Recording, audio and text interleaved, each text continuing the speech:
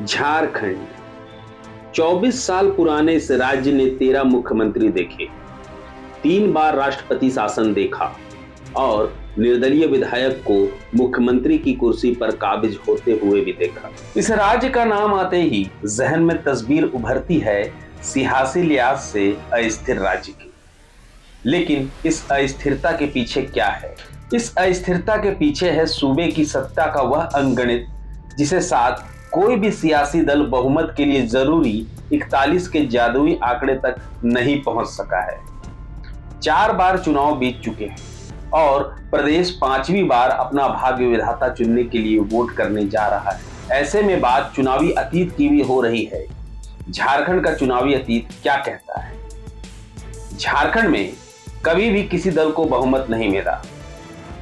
दरअसल झारखंड विधानसभा की कुल सदस्यों की संख्या 81 है। 81 सदस्यों वाले सदन में बहुमत के लिए जादुई आंकड़ा 41 सीटों का है। देखने में यह संख्या भले ही कम लग रही हो, लेकिन झारखंड के चुनावी समर में उतरने वाले हर दल के लिए यही संख्या किसी बहुत ऊंची पर्वत की चोटी से कम नहीं। कम से कम अभी तक हुए 4 विधानसभा चुनावों में तो कोई भी दल इस आंकड़े तक नहीं पहुंच सका है।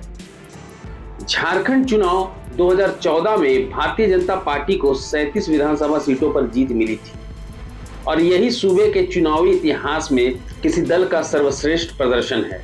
झारखंड चुनावों के अतीत पर नजर डाले तो सूबे में अब तक केवल एक चुनाव ऐसा हो सका है जब 4 पार्टियों को 10 या उससे ज्यादा सीटों पर जीत मिली थी। ऐसा 2009 के विधानसभा चुनाव में हुआ था, जब बीजेपी और झारखंड मुक्ति मोर्चा दोनों ही पार्टियों को 18-18 सीटें मिली थी।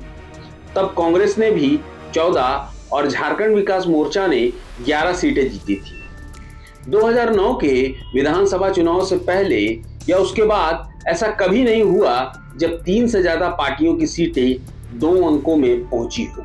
झारखंड के 2 चुनाव ऐसे भी रहे हैं जब सियासी दल 30 के फेर में फंसे।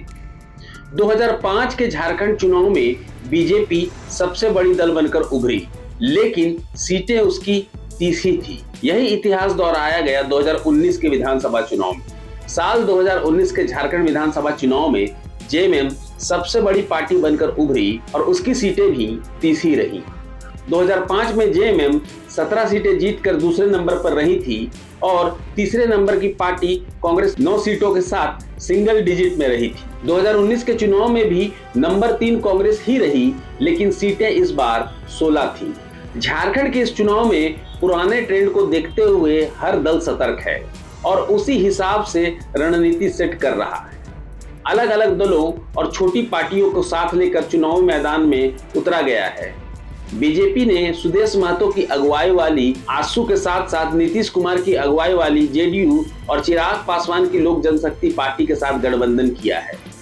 वहीं सत्ताधारी जेएमएम के साथ कांग्रेस, राष्ट्रवादी जनता दल और लेफ्ट पार्टियां हैं।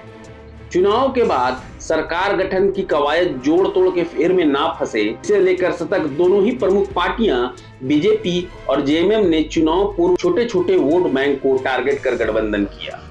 अब गठबंधन का यह गणित किसके लिए कितना मुफीद साबित होता है, यह 23 नवंबर को ही पता चलेगा।